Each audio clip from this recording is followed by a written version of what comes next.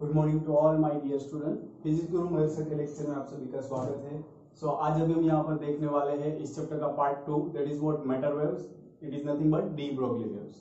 तो देखो हमने यहाँ पर अब तक क्या देखा पता है कि लाइट है उसका ड्यूअल नेचर देखा। अब तक हमने क्या देखा, ड्यूअल नेचर ऑफ लाइट।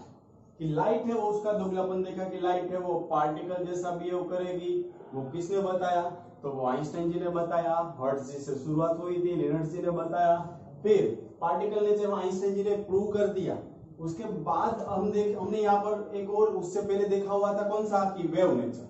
कि लाइट है उसके दो नेचर होते हैं कि इंटरफ्रेंस अगर हम कंसीडर करें, डिफ्रैक्शन कंसीडर करें, पोलराइजेशन कंसीडर करें, तो ये सारी कैरेक्टरिस्टिक्स है जो लाइट की वो हम वेव नेचर के बेस स्टडी करते हैं जो चैप्टर नंबर 10 में है। ओके, और पार्टिकल नेचर ये हमने अभी यहाँ पर देखा चैप्टर नंबर 11 में। तो इस चैप्टर का नाम क्या था, टाइटल क्या था, dual nature of radiation and matter. मतलब कि हमने ये रेडिएशन मतलब लाइट का नेचर देख लिया। अब हम किसका नेचर देखने वाले हैं, मैटर का। मतलब इसका दूसरा टाइटल क्या है, it is nothing but matter waves. Okay, so काफी इजी चीज है, कोई इतनी बड़ी यहाँ पर चीज नहीं है। लेकिन आपको यहाँ पर समझना है कि अब तक आपने क्या स्टडी कर लिया है, लाइट का ड्यूअल नेचर स्टडी कर लिया कि उसका पार्टिकल नेचर भी होता है और वेव नेचर भी होता है। लेकिन अब जो आप स्टडी करने वाले डेफिनेटली थोड़ा बहुत दिमाग घूमने वाला है, क्योंकि हम बात कर रहे हैं मैटर वेव्स की। मतलब कि आप मैं सब कुछ कि लाइक मैं अभी यहाँ पर मूव होकर रहा हूं, मैं ऐसे ऐसे, तो मैं भी वेव हूं। अब आप बोलोगे क्या सर आप पगला गए हो या पागल कुत्ते ने काटा, लेकिन मैं भी वेव हूं। अगर मैं मूव कर रहा हूं, अगर ये मारकर मैं ऐसे थ्रो कर रहा हूं, तो ये जो थ्रो कर रहा हूं तो जब ये मोशन में है तो वो वेव से। तो डी ब्रोगली जी ने ऐसा अपनी हाइपोथेसिस में बोला। किसमें बोला, हाइपोथेसिस। ओके, हाइपोथेसिस का मतलब क्या होता है कि कुछ on consideration, on theory. Okay, कि उन्होंने रिसर्च कर रहे थे जब वो पीएचडी का, तब उन्होंने यहां पर ऐसा कुछ सजेशन दिया कि अगर हम कंसीडर कर रहे हैं लाइट का ड्यूअल नेचर, तो वैसे ही किसका डबल नेचर होना चाहिए, मेटल्स का। मतलब कि पार्टिकल्स है वो पार्टिकल्स मैटर भी होने चाहिए और दूसरा क्या होने चाहिए, वेव्स भी होने चाहिए। ओके, तो यहां से डी ब्रोगली की हाइपोथेसिस आई। वो कौन से दो पैरामीटर के बेस्ड डिपेंड्स थी? तो पहला था एनर्जी कंजर्वेशन वाला फॉर्मूला कि गिवन मास के इक्विवेलेंट कुछ एनर्जी होती है। लाइक ये आपने सबसे ब्यूटीफुल फॉर्मूला वर्ल्ड का देखा हुआ है, that is energy is equal to mass into square of speed of light. Okay, so energy stands for what? So energy it is what? It's one kind of radiation. Or mass, that is what? It's a particle. Okay, matter. It is nothing but matter. तो de Broglie जी ने इसको use किया। इस de Broglie जी ने बोला कि अगर हम ये फॉर्मूला बोल सकते कि मास को एनर्जी में इक्विवेलेंस कंसीडर कर सकते हैं। वो ये बोल रहे हैं डी ब्रोगली जी की, अगर आइंस्टाइन जी बोल रहे थे कि E is equal to mc square, इसका मतलब ये बना कि ये रेडिएशन और मैटर पार्टिकल, ओके, ये दोनों एक दूसरे के डिपेंडेंस टर्म है। अगर ये रेडिएशन और मैटर एक दूसरे पर डिपेंडेंट टर्म है, तो ये मैटर है उसको भी हम वेव कंसीडर कर सकते हैं। मतलब कि ये पार्टिकल को अगर वेव आप कंसीडर कर रहे हो, तो उस पार्टिकल को भी हम यहां पर क्या कंसीडर कर सकते हैं। मैं सिंपली आपको क्या बोल रहा हूं पता है, अब तक हमने क्या स्टडी किया कि वेव को पार्टिकल कंसीडर कर सकते हैं। इस चैप्टर में हमने देखा लाइट, ओके, लाइट का नेचर देखा। अब हम क्या देखने वाले हैं, पार्टिकल को वेव नेचर कंसीडर करेंगे। पार्टिकल मतलब व्हाट, मैटर, इसका वेव नेचर, इसको हम वेव बोल सकते हैं। अगर हम वेव को पार्टिकल बोल सकते हैं तो पार्टिकल को क्या बोल सकते हैं, वेव बोल सकते हैं। ऐसा डी ब्रोगली जी ने हमें बताया। ओके, तो वो कौन सा दूसरा ऐसा उनका हाइपोथेसिस था, तो दो पॉइंट्स उन्होंने कंसीडर किए अपने हाइपोथेसिस में, कौन से, वो अभी हम देखने वाले हैं। ओके, तो दूसरा पॉइंट बहुत ही बढ़िया था, nature loves symmetry. Nature loves symmetry. Okay, इसका मतलब क्या है कि उन्होंने बोला कि अगर हम लाइट को, अगर हम पार्टिकल कंसीडर कर सकते हैं, तो पार्टिकल को भी हम क्या कंसीडर कर सकते हैं, लाइट मतलब वेव, कि अगर हम लाइट मतलब वेव को पार्टिकल कंसीडर कर सकते हैं, तो पार्टिकल को भी क्या कंसीडर कर सकते हैं, wave. Okay, so it's what, nature love symmetry. उन्होंने इफ एंड एल्स कंडीशन बोली कि अगर आप एनर्जी और मास को इक्विवेलेंस बोल सकते हो, अगर लाइट को पार्टिकल का नेचर कंसीडर कर सकते हो, तो सिमिलरली मैं पार्टिकल का भी क्या नेचर कंसीडर कर सकता हूं, वेव नेचर कंसीडर कर सकता हूं। तो डेफिनेटली मानने में तो आने वाला नहीं है आपके। ओके, तो इसके लिए काफी सारे साइंटिस्टों ने फिर से एक दूसरे के सामने आ गए थे और इसका प्रूफ भी यहाँ पर फिर फाइनली मिल गया था। तो वो हम प्रूफ भी थोड़ा बहुत देखने वाले हैं। सो अब हम आगे बढ़े तो देखो यहां से क्या हाइपोथेसिस निकलती है। तो देखो डी ब्रोगली जी ने अभी यहाँ पर यह बता दिया कि ऐसा हम कंसीडर कर सकते हैं कि कोई भी मैटर होगी उसको वेव बोलेंगे, लेकिन कौन से हालात में? तो जब भी कोई पार्टिकल मूविंग हो तब उसको हम वेव बोल सकते हैं। लाइक मैं भी यहाँ पर खड़ा हूं तो मैं वेव नहीं हूं, लेकिन अगर मैं मूव हो रहा हूं तो मैं वेव हूं। सिंपल सी चीज बोली है, इसको ज्यादा कॉम्प्लिकेटेड तरीके से मत सोचना। So every moving particle, every moving object can be considered as wave and wavelength associated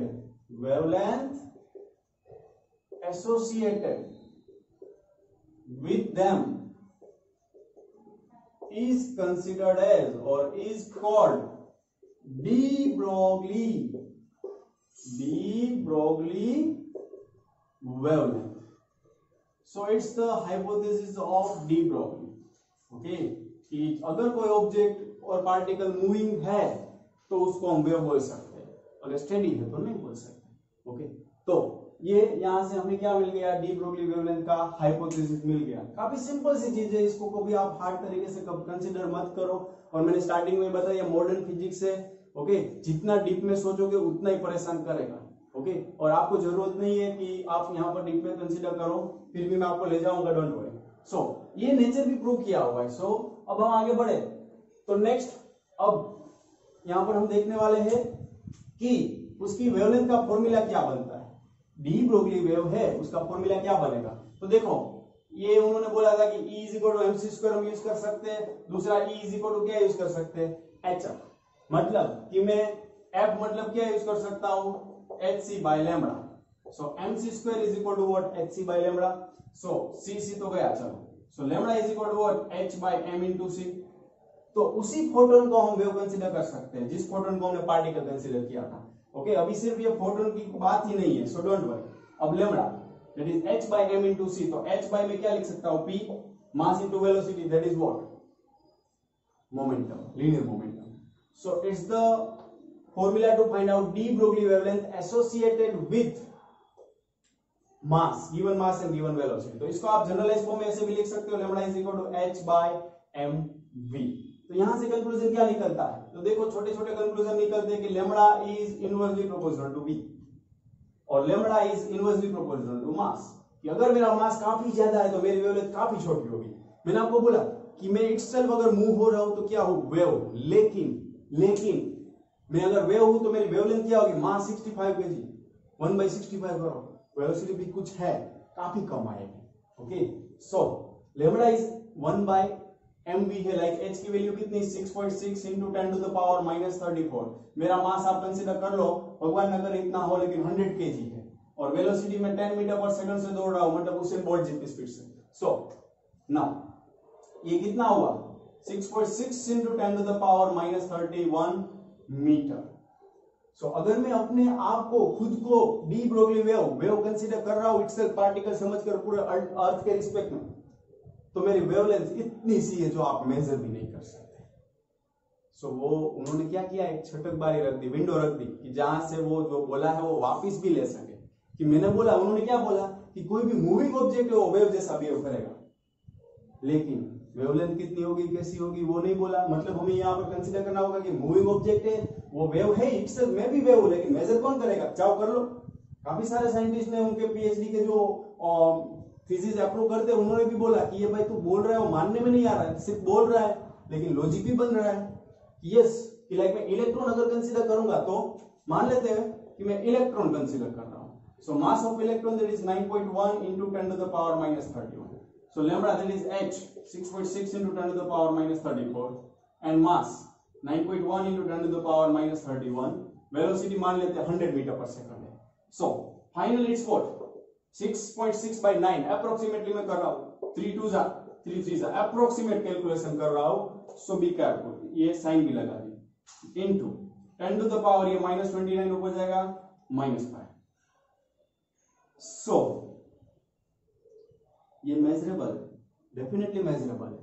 electron जो इटसेल्फ पार्टिकल है उसको उसकी डी ब्रोगली वेवलेंथ मिलेगी। अगर इलेक्ट्रॉन 100 मीटर पर सेकंड से जा रहा है तो उसकी डी ब्रोगली वेवलेंथ मुझे कितनी मिलेगी, 10⁻⁵ मीटर के around. It's measurable.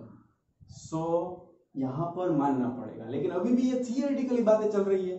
Okay, practically prove किसने किया, डेविसन एंड जर्मर जी ने किया, लेकिन अभी हम थियोरेटिकली थोड़ा बहुत और डिस्कशन आगे बढ़ाएंगे। So it's what de Broglie wavelength. Okay, तो उसकी कैरेक्टरिस्टिक्स में क्या आएगा कि जैसे जैसे lambda is inversely proportional to mass and velocity. अब जैसे जैसे यहां पर मैं मास को बढ़ाता जाऊंगा उसे वैसे वैसे वेवलेंथ क्या होती जाएगी, छोटी होती जाएगी। ओके, सो ये एग्जैक्टली या ज्यादातर हम किसके लिए लगा सकेंगे इजीली, बहुत ही छोटे छोटे पार्टिकल कंसीडर करो, इलेक्ट्रॉन, प्रोटॉन, अल्फा पार्टिकल, तो उसके लिए हर एक के लिए हम ये मेजरेबल रेंज में आता है।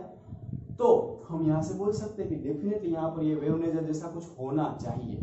तो उस टाइम पर ये सबसे पहली बार डी ब्रोगली जी ने हमें ये बताया था। ओके, और वो भी हाइपोथेसिस। हाइपोथेसिस मतलब वो कि अवन दुनिया में उन्होंने ऐसा इमेजिन कर लिया सब कुछ। ओके, लॉजिक सिर्फ यही था, नेचर ऑफ सिमेट्री, कि अगर आप लाइट का पार्टिकल नेचर कंसीडर कर सकते हो जो लाइट वेव है, तो आप पार्टिकल का क्या कंसीडर कर सकते हो, वेव नेचर। सो अगर अभी हमें जितना सिंपल लग रहा है उस टाइम पर ये रिवोल्यूशनरी आइडिया था जो अप्रूव भी काफी सारे साइंटिस्टों ने नहीं किया था। ओके, आइंस्टाइन जी ने थोड़ा बहुत सोच विचार किया था उस पर, उन्होंने बोला कि इसको चलो थोड़ा बहुत टाइम देते हैं। सो अब इसी को हम आगे बढ़ाएं, तो अब मुझे यहां पर फाइंड क्या करना है, इलेक्ट्रॉन की डी ब्रोगली वेवलेंथ फाइंड करनी है। चलो, de Broglie wavelength of electron. So let us see de Broglie wavelength of electron moving with velocity v। So मेरे पास ये फॉर्मूला है lambda is equal to h/p। अब p लीनियर मोमेंटम होता है, that is what m into k। लेकिन मुझे kinetic energy के फॉर्म में चाहिए, इलेक्ट्रॉन मूव कर रहा है तो मुझे यहां पर काइनेटिक एनर्जी के फॉर्म में चाहिए। So first in terms of kinetic energy, so kinetic energy का फॉर्मूला होता है हाफ mv स्क्वायर, और in terms of linear momentum आप जानते ही हो p स्क्वायर बाय 2m होता है। 11th स्टैंडर्ड में स्टडी कर लिया है आपने। सो मैं यहाँ पर क्या कर सकता हूँ कि kinetic energy k that is p square by 2m, so I can write p is equal to under root 2mk। so it's your linear momentum। Okay, so अब यहां से मुझे लैम्डा फाइंड करना है, so that is h/p, that is h by under root 2mk। So it's the formula to find out de Broglie wavelength associated with electron. अब alpha particle के लिए होगा तो आप क्या करोगे, मास ऑफ अल्फा पार्टिकल रखोगे। So that's it. तो यहां से हमें क्या पता चला, इसके बेस्ड एमसीक्यू काफी ज्यादा होते हैं। Lambda is inversely proportional to what, kinetic energy. That's it. Okay, so अब हम आगे देखेंगे de Broglie wavelength in terms of thermal, kinetic energy और टेम्परेचर। तो देखो ये तो स्टैंडर्ड चीज आपके सामने मैंने रख दी। अब हम देखने वाले इसी को इन टर्म्स ऑफ टेम्परेचर। तो देखो काइनेटिक एनर्जी बढ़ेगी तो क्या होगा, थर्मल काइनेटिक एनर्जी और टेम्परेचर का रिलेशन क्या है, हाफ mv स्क्वायर, केटीजी में देखा हुआ है, दैट इज 3/2 kBT। तो मैं यहां पर क्या कर सकता हूं, mv square that is 3/2 kBT, m square v square that is 3/2 kBmt। मैंने दोनों साइड से mm को मल्टीप्लाई कर दिया है। ओके, कोई बड़ी चीज नहीं की है। So mv is equal to what, under root, sorry 2 तो अब चला गया है, sorry for that. So it's 3 kBT, 3m kBT। So अब हम यहां से क्या लगा सकते हैं, lambda is equal to h/mv that is h by under root 3m kBT।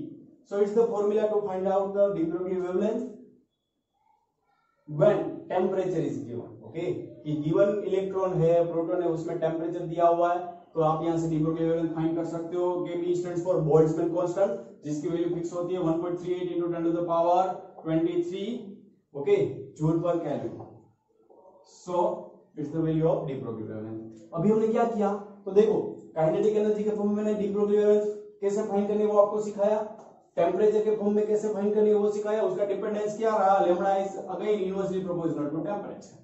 जैसे जैसे टेम्परेचर बढ़ेगा वैसे वैसे de Broglie wavelength given particle की क्या होगी, कम होगी। That's it. नाउ अब हम एक और चीज देखने वाले हैं, D Broglie wavelength in terms of potential. Okay, कि पोटेंशियल V के फॉर्म में मैं डी ब्रोगली वेवलेंथ कैसे लिख सकता हूं? स्टॉपिंग पोटेंशियल बोलो या स्टॉपिंग पोटेंशियल बोलो। सो देखो आपको एक चीज मालूम है, W पोटेंशियल का फॉर्मूला मालूम है, that is Q W by Q। Sorry, potential का फॉर्मूला क्या होता है? Work done per unit charge. So work done W that is what? Q into V। So work done का दूसरा formula change in kinetic energy, ये भी बनता है। वर्क डन का दूसरा फॉर्मूला क्या बनता है? Kinetic energy. So that is K is equal to what? Q into V। अब अगर मैं इलेक्ट्रॉन की बात कर रहा हूं तो चार्ज Q की जगह पर क्या आएगा? E आएगा। अभी जनरलाइज फॉर्म चलो डिस्कस करते हैं। So lambda is equal to what? H by √2mk। So √2mk मतलब what? Q into V। So it's the general formula to find out de Broglie wavelength when potential is given. लेकिन अगर हम electron के लिए जा रहे हैं, for electron, तो इसकी जगह Q की जगह पर E रख दूंगा चार्ज। प्रोटॉन के लिए भी E रहेगा, लेकिन अल्फा पार्टिकल के लिए अलग रहेगा। सो that is H by √2 mass of electron, charge of electron into potential. तो अगर हम H मास ऑफ इलेक्ट्रॉन और E चार्ज ऑफ इलेक्ट्रॉन सारी वैल्यू जानते हैं, अगर वो हम यहाँ पर रख देंगे तो मुझे वेवलेंथ यहाँ पर कितनी मिलेगी? तो वो मिलेगी मुझे 12.2 by √V एंगस्ट्रॉम। ओके, सो मुझे डी ब्रोगली वेवलेंथ यहाँ पर मिलेगी 12.2 और 2 समथिंग था, तो फाइनली हम 3 कर देते हैं। So 12.3 by √V angstrom, that's it. So it is the formula to find out de Broglie wavelength in terms of potential. लेकिन ये फॉर्मूला सिर्फ और सिर्फ इलेक्ट्रॉन के लिए लगेगा। सिमिलरली आपको अल्फा पार्टिकल के लिए जाए तो मास ऑफ अल्फा पार्टिकल रख दो, चार्ज ऑफ अल्फा पार्टिकल रख दो, फिर इसको सिंप्लीफाई करो, तो वो 10.3 या 1.03 उसके अराउंड में आता है। तो वो आप कर सकते हो आराम से कि H M Q की वैल्यू रख दो और सोल्व कर दो। ओके, तो ज्यादा बेटर ये रहता है कि ये शॉर्टकट फॉर्मूला यहां से याद रखोगे तो वो ब्रह्मास्त्र जैसा काम करेगा। जब भी प्रोटॉन की जरूरत पड़ेगी तो वो डेटा रखेंगे, अल्फा पार्टिकल की जरूरत पड़े तो यहाँ पर उसके डेटा रखेंगे। तो याद रखना कम पड़ेगा, लेकिन ये भी याद रखना कम पड़ेगा। सो अगेन हमारा कंक्लूजन क्या निकला कि lambda is inversely proportional to what? Potential, square root of potential, inversely proportional to square root of potential. So ये क्या अभी हमने स्टडी किया कि डी ब्रोगली वेवलेंथ है और डिफरेंट टर्म्स में हम कैसे फाइंड कर सकते हैं। लेकिन जो डी ब्रोगली जी ने बोला वो सही है या गलत है, वो कैसे हम एक्सेप्ट कर ले? डेफिनेटली आप मानने वाले में से तो हो नहीं ये सही या गलत है। सो लेट अस सी, उसके लिए डेविसन और जर्मन नामक साइंटिस्ट ने एक्सपेरिमेंट किया हुआ था। सो वो भी हम देखेंगे। नाउ ये स्क्रीनशॉट लेना था आपको, ले लिया होगा, वरना रिवाइंड करके भी देख सकते हो। सो नाउ अब हम देखेंगे डेविसन एंड जर्मन। इस चैप्टर का लास्ट टॉपिक है एनसीईआरटी सिलेबस में। इसमें भी सिर्फ ये बोला है कि सिर्फ क्वालिटेटिव आइडिया आप समझाओ बच्चों को, कोई डिटेल एक्सपेरिमेंट की जरूरत नहीं है। एनसीईआरटी का जो सिलेबस है, रिवाइज सिलेबस, उसमें डिटेल में आपको समझना भी नहीं है। ओके, सिर्फ उसका कंक्लूजन आपको समझना है, लेकिन हम फिर भी प्रॉपर्ली स्टडी करेंगे। सो डेविसन एंड जर्मर एक्सपेरिमेंट। तो डेविसन जर्मर जी ने क्या किया? जो डी ब्रोगली जी ने बोला था उसी को वो स्टडी आगे किया कि लाइक डेविसन जर्मर जी की बात करें तो यहाँ पर ये लो टेंशन बैटरी है, उसको यहाँ पर कनेक्ट किया कैथोड के साथ, या फिर ये ट्यूब के साथ कनेक्ट किया, कैथोड ट्यूब। ओके, कैथोड, ये कैथोड बोल देते हैं। ओके, कि जो क्या करेगा, यहाँ से इलेक्ट्रॉन बीम को एमिट करेगा, और इसी के साथ यहाँ पर हाई टेंशन बैटरी है वो कनेक्ट कर दी। हाई टेंशन बैटरी है, उसका एनोड है, उसको यहाँ पर कनेक्ट किया। थोड़ा मैं टेढ़ा सेटअप अलग बना रहा हूं, तो यहाँ से कैथोड से इलेक्ट्रॉन एमिट होगा और एनोड से फाइनली ये एक्सेलरेट हुआ। फिर ये हाई टेंशन बैटरी है, ये लो टेंशन बैटरी थी। फिर क्या किया, यहाँ पर जो इलेक्ट्रॉन यहाँ से निकल रहा है उसको ये कॉपर क्राइस्टल, निकल क्राइस्टल, सॉरी, कौन से क्रिस्टल पर यहाँ पर इलेक्ट्रॉन को इंसिडेंट करवाया? निकल क्रिस्टल पर। ओके, तो ये थोड़ा सा टेढ़ा लगेगा अभी कि मान लो कि ये निकल क्रिस्टल है, उसको हम हर एक डायरेक्शन में घुमा सकते हैं। 3 डायमेंशनल पीस है, उस क्रिस्टल को कंसीडर किया और इलेक्ट्रॉन डिफरेंट एंगल पर स्कैटर करवाए। ओके, इंसिडेंट करवाए। फिर इस साइड क्या किया, एक मूवेबल डिटेक्टर रख दिया। क्या रखा? मूवेबल डिटेक्टर रख दिया। उसके साथ यहाँ पर गैल्वेनोमीटर रख दिया, जो इलेक्ट्रॉन अगर उस पर इंसिडेंट होगा, ये इलेक्ट्रॉन माइक्रोस्कोप, चलो वो रख देते हैं, इलेक्ट्रॉन माइक्रोस्कोप रख दिया। ओके, जो यहाँ पर जो नंबर ऑफ इलेक्ट्रॉन्स है उसको काउंट करेगा। ओके, सो अब नेक्स्ट कि ये स्क्रीन है पूरी की पूरा क्या है, मूवेबल डिटेक्टर है, कि जो क्या करेगा कि जो यहाँ से इलेक्ट्रॉन स्कैटर्ड होकर आ रहा है, डेफिनेटली ये डिफरेंट डायरेक्शन में जाएगा। कि मान लो यहाँ से आया तो ये उसकी सरफेस से परपेंडिकुलर कितने एंगल पर जा रहा है, तो हम मान लेते हैं ये एंगल कितना है, थीटा है, ये फाई है, ये भी फाई है। चलो, तो या फिर आप अपने तरीके से कन्वेंशन दे सकते हो कि ये थीटा बोल दिया तो ये भी थीटा बोल दिया। सो कितने एंगल पर स्कैटरिंग हो रहा है इसका, वो अभी हम देखने वाले हैं। ओके, सो डिफरेंट डायरेक्शन में पूरा सेटअप को क्या किया हुआ है, ऐसे इवैक्यूएटेड चेंबर में रख दिया है पूरे के पूरे सेटअप को। अब इवैक्यूएटेड चेंबर में रखने का पर्पस क्या है कि इलेक्ट्रॉन है वो दूसरे पार्टिकल्स के साथ इंटरेक्शन ना करे। तो ये देखो कोई इसमें कोई ऐसा दूसरी चीज है नहीं, पूरा का पूरा क्या है, वैक्यूम चेंबर ही है ना। अब लो टेंशन बैटरी का काम क्या होता है वो मैं आपको समझा दूं। तो लो टेंशन बैटरी का काम यह होता है कि ये जो इलेक्ट्रॉन गन है, कैथोड इलेक्ट्रॉन गन, उसमें से इलेक्ट्रॉन को एमिट करवाना, इलेक्ट्रॉन को निकालना। ओके, तो अब आप बोलोगे सर हाई टेंशन बैटरी का क्या काम है, तो हाई टेंशन बैटरी क्या करता है, उसी इलेक्ट्रॉन को ज्यादा से ज्यादा एक्सेलरेशन से थ्रो करता है। ओके, मतलब जो यहाँ से लो टेंशन बैटरी से कैथोड से इलेक्ट्रॉन निकल रहा है उसको क्या करेगा, हाई टेंशन बैटरी एक्सेलरेट करेगा। ओके, तो हाई टेंशन बैटरी से यहाँ से इलेक्ट्रॉन क्या होगा, एक्सेलरेट होने वाला है। अब एक और चीज हम सोचे, तो मूवेबल डिटेक्टर रखा हुआ है जो क्या करेगा, जो इलेक्ट्रॉन यहाँ से डिफरेंट एंगल पर, लाइक ये मान लो कि क्रिस्टल है, निकल क्रिस्टल, तो उसको हम घुमाते जाएंगे, डिफरेंट एंगल पर इलेक्ट्रॉन इंसिडेंट करवाएंगे, तो हर एक डिफरेंट एंगल पर इसका ऑब्जर्वेशन लेंगे। ओके, कि लाइक मैं वोल्टेज पहले सेट कर देता हूं, मैंने 44 वोल्ट पर, मैंने नहीं उन्होंने 44 वोल्ट पर इसका ऐसा कुछ रीडिंग लिया, जब थीटा कितना था, यहाँ पर जो डिफ्लेक्शन एंगल है वो मैंने थीटा बोला है 5। सो डिफ्लेक्शन एंगल 5 मान लो कि कितना है अभी 35 डिग्री है, तब रीडिंग लिया। ओके, फिर जब डिफ्लेक्शन एंगल, और ये मैंने वोल्टेज 44 वोल्ट था ना, अब मान लो कि 35 वोल्ट रखा है, डिफ्लेक्शन एंगल 45 रखा, फिर रीडिंग लिया, फिर क्या किया, ऐसे ऐसे डिफरेंट वो रीडिंग लेते गए। तो जब ये 55 वोल्ट रखा, जब सेट वोल्टेज है वो कितना रखा, 54 वोल्ट, सॉरी थोड़ा सा करेक्शन, 54 वोल्ट। और जब ये डिफ्लेक्शन एंगल जो यहां से ये डिफ्लेक्ट हो रहे हैं वो एंगल जब 50 डिग्री मिला ना, तब उसमें उन्होंने क्या यहां पर देखा कि यहां पर तो बहुत ज्यादा पीक मिल रही है। ओके, नंबर ऑफ जो इलेक्ट्रॉन्स इंसिडेंट हो रहे हैं, मूवेबल डिटेक्टर डिटेक्ट कर रहा है, उसमें तो यहाँ पर पीक मिल रही है। उसका मतलब क्या बनता है कि यहाँ पर पीक मिली, तो उसका मतलब ये बना कि इस पर्टिकुलर वोल्टेज के लिए पीक मिल रही है, मतलब वहां पर हम वेवलेंथ फाइंड करेंगे, h/√2mEv, उसमें मैं v रख दूंगा 54 वोल्ट, बाकी आपको मालूम है h, m और e की वैल्यू। ओके, सो ये कितना मिल रहा है wavelength, it's 1.65 angstrom. Okay, practically अगर ये वोल्टेज पर मुझे पीक मिला तो उस वोल्टेज की वैल्यू रख रहा हूं, मतलब ये उसका क्या दिखा रहा है, वेव नेचर दिखा रहा है कि वहां पर क्या हो रहा है, इंटरफ्रेंस हो रहा है। क्योंकि सिर्फ इसी जगह पर पीक क्यों मिल रहा है, उससे ज्यादा वोल्टेज किए तो भी पीक नहीं मिला, 65 वोल्ट पर किया एक्सपेरिमेंट तो भी इतना ही मिला। उसका सीधा साधा मतलब ये बनता है कि 54 वोल्ट पर पीक मिला तो वहां पर क्या हो रहा होगा, इलेक्ट्रॉन की वेव कैरेक्टरिस्टिक है उसमें इंटरफ्रेंस हो रहा होगा। अब इंटरफ्रेंस का मतलब क्या होता है, तो वो चैप्टर नंबर 10 वेव ऑप्टिक्स में आएगा। ओके, इंटरफ्रेंस मतलब व्हाट, सुपरपोजिशन ऑफ 2 और more than 2 waves. Okay, superposition, 2 या उससे ज्यादा वेव्स का सुपरपोजिशन, एक ही जगह पर वो मिल जाएंगे।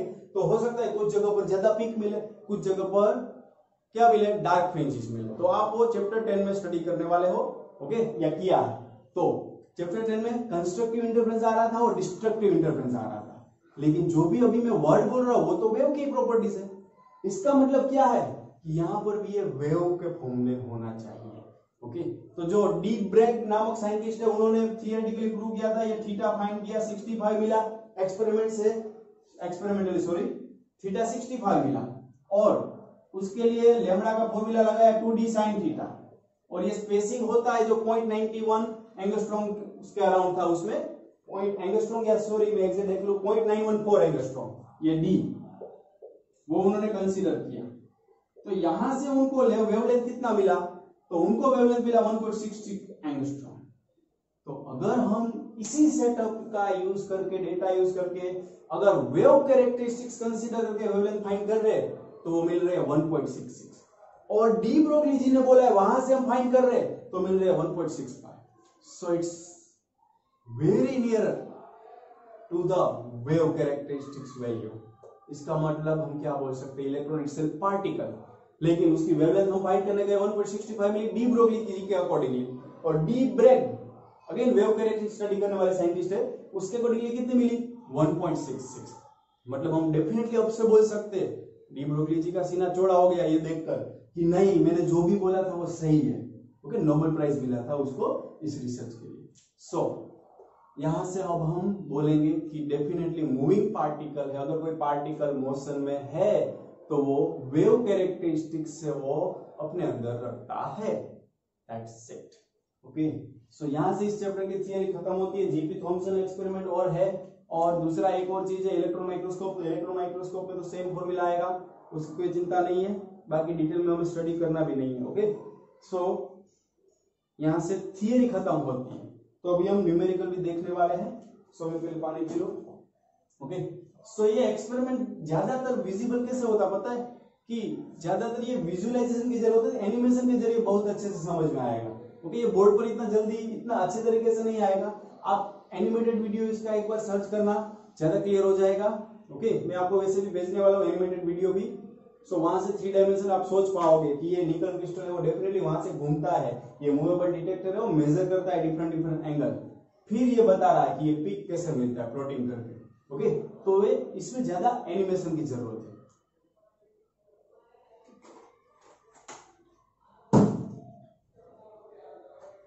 सो अब हम न्यूमेरिकल देखेंगे डी ब्रोगली वेवलेंथ के लिए। सो लेट अस सी नाउ। तो आपको ये डेफिनेटली रिवाइज करना पड़ेगा, लेकिन देखो ये एक्सपेरिमेंट पूरा समझने की जरूरत नहीं, सिर्फ इसका कंक्लूजन याद रखना है डेविसन जर्मर जी का। ओके, कि कौन से वोल्टेज की वैल्यू के लिए मैक्सिमम मिला था वो आपको देखना है। नाउ अब हम देखेंगे न्यूमेरिकल। तो काफी इजी न्यूमेरिकल है, लेकिन सिली मिस्टेक्स हो जाती है बच्चों से, सो आपको ध्यान रखना है। तो अभी मैं करवा रहा हूँ एनसीईआरटी तक को, काफी इजी है। एनसीईआरटी के क्वेश्चन क्या पता है, lambda is equal to h/mv में मास दिया होगा, वेलोसिटी दी होगी और लेमड़ा फाइंड करना है। तो ऐसे में क्वेश्चन नहीं करवा रहा हूँ, आप एक बार ट्राई करना, हो जाएंगे। लेकिन कोई अच्छे क्वेश्चन है वो मैं करवा रहा हूँ। एसएल में 27th क्वेश्चन है, बहुत अच्छा है। Calculate the de Broglie wavelength associated with an alpha particle. देखो डी ब्रोगली वेवलेंथ बोली है, लेकिन किसके लिए बोली है, अल्फा पार्टिकल के लिए बोली है। So potential alpha particle accelerate through potential difference v 200 volt. Okay, mass of proton दिया हुआ है, वो आपको मालूम भी होना चाहिए कि 1 mp that is 1.67 into 10 to the power -27 kg। तो हमें यहां पर फाइंड करना है D Broglie wavelength associated with alpha particle. तो अल्फा पार्टिकल मतलब व्हाट, इट्स He24। ओके, मतलब कि डब्ल्यू आयोनाइज्ड हीलियम है, उसको हम हीलियम है, उसको हम अल्फा पार्टिकल बोलते हैं। So mass of alpha particle that is what, mass कितना होता है 4 times of mass of proton, ये भी आपको दिमाग में रखना है। दूसरी चीज charge of alpha particle that is what, twice of charge of proton. Okay, so ये ध्यान रखना है। इसमें बच्चे बहुत गलती कर देते हैं, क्योंकि उनको फॉर्मूला मालूम होता है lambda is equal to h/√2 MeV, लेकिन वो सिर्फ इलेक्ट्रॉन के लिए था। सो हम यहाँ पर जनरलाइज फॉर्मूला कैसे याद रखेंगे, 2m/QV।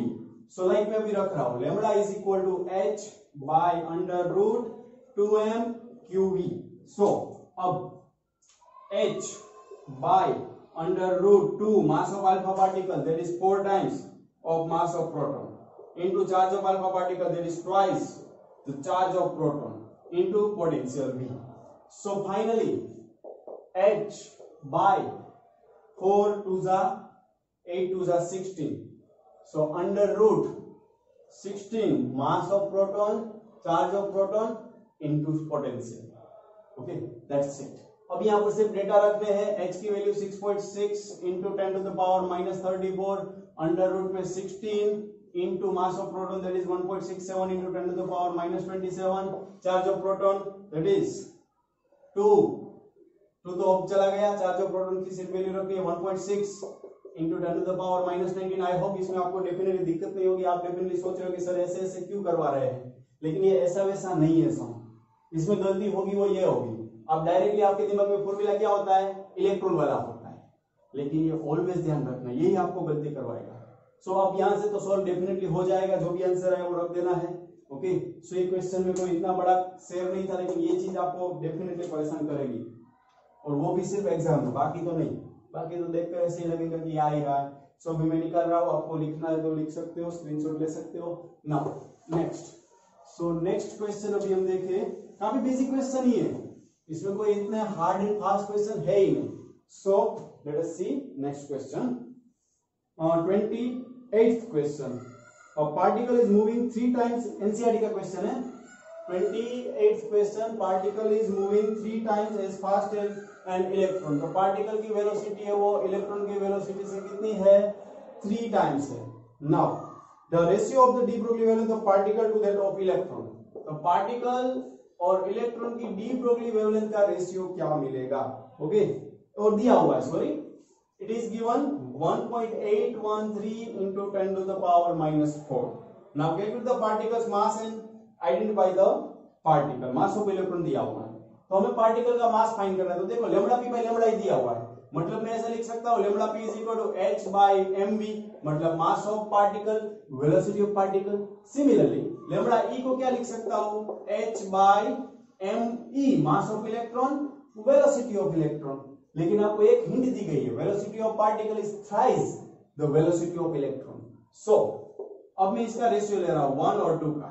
So that is lambda P by lambda E. अब एच एच तो कैंसिल हो जाएगा, so that is M E V E by M P V P.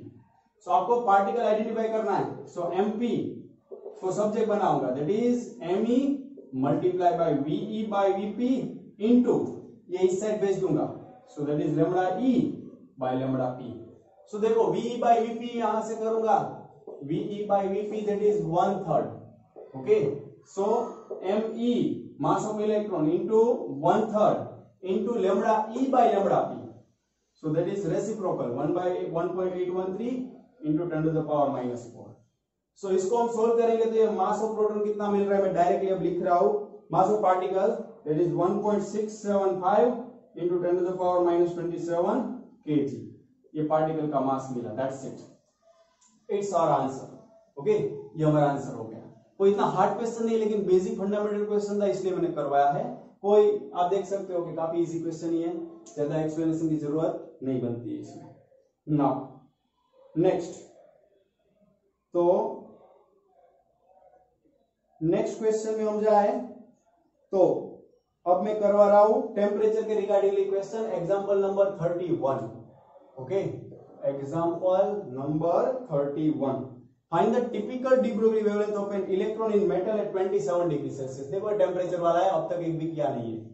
तो टेम्परेचर दिया हुआ है 27 degree Celsius, compare it with mean separation between electron in metal. तो mean separation दिया हुआ इलेक्ट्रॉन मेटल का that is 2 into 10 to the power minus 10 metre. तो कोई हार्ड एंड फास्ट क्वेश्चन है, सिर्फ फॉर्मूला क्लिक करना है आपको. So lambda is equal to what, जब भी टेम्परेचर दिया हो तो फॉर्मूला क्या रहता है, मान लो कि आप भूल गए तो h बाई पी. अब काइनेटिक एनर्जी और काइनेटिक एनर्जी का क्या रहता है, p स्क्वायर बाय 2m. तो थर्मल काइनेटिक एनर्जी का याद करो कि half mv square is equal to what, 3/2 kBT. अब यहां से हाफ हाफ चला जाएगा, फिर से रिवाइज करवा रहा हूं, that is 3m kBT. So lambda is equal h by p, that is h by under root 3m kBT. It's your wavelength.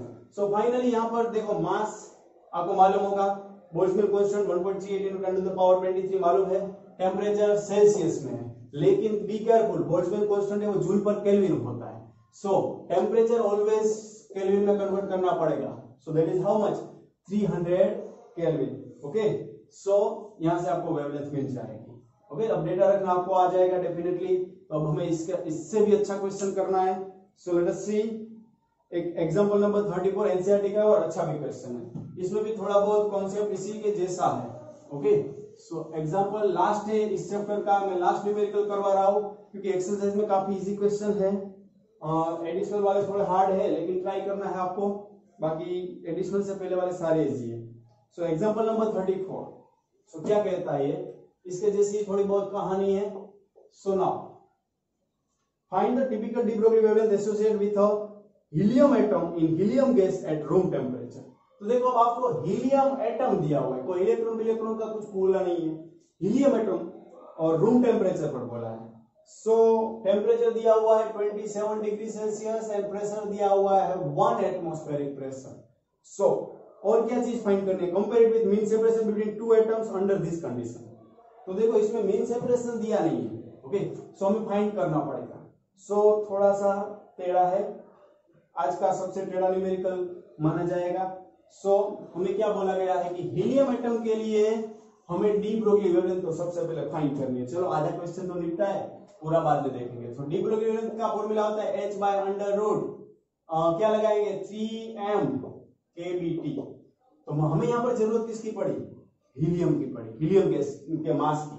तो mass of helium that is what, so that is nothing but molecular weight by Avogadro number.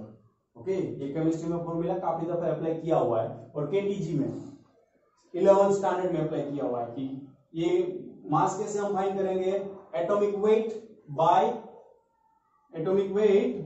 Avogadro number. तो atomic weight अगर हम जाए helium के लिए तो कितना होगा 4 ग्राम bye Avogadro number that is 6 × 10⁻23। So finally 6.023 होता है, मैं अभी अप्रोक्सीमेटली 6 लिख रहा हूं। सो 4 2 2 जा 2 3 जा, सो दैट इज 2/3 ग्राम को केजी में कन्वर्ट करूं तो 10⁻³ और 23 ऊपर जाएगा। सो -26 kg, ये ग्राम में है, उसको मैंने केजी में कन्वर्ट किया। सो ये मास यहाँ पर रख देंगे। सो फाइनली हमें वेवलेंथ मिल जाएगी। लेकिन ये पूरा चलो सोल्व कर रहा हूँ, 6.6 × 10⁻34 डिवाइड बाय अंडर रूट में 3 मास ऑफ हीलियम, फिर अभी हमने फाइंड कर लिया 2/3 into 10⁻26। kb की वैल्यू मालूम है 1.38 into 10⁻23 और टेम्परेचर 27 डिग्री है। लेकिन आप जानते हो क्या करेंगे, डिग्री सेल्सियस को ऑलवेज केल्विन में कन्वर्ट करना है, तो वो कोई बड़े फेल नहीं है, आराम से हो जाएगा।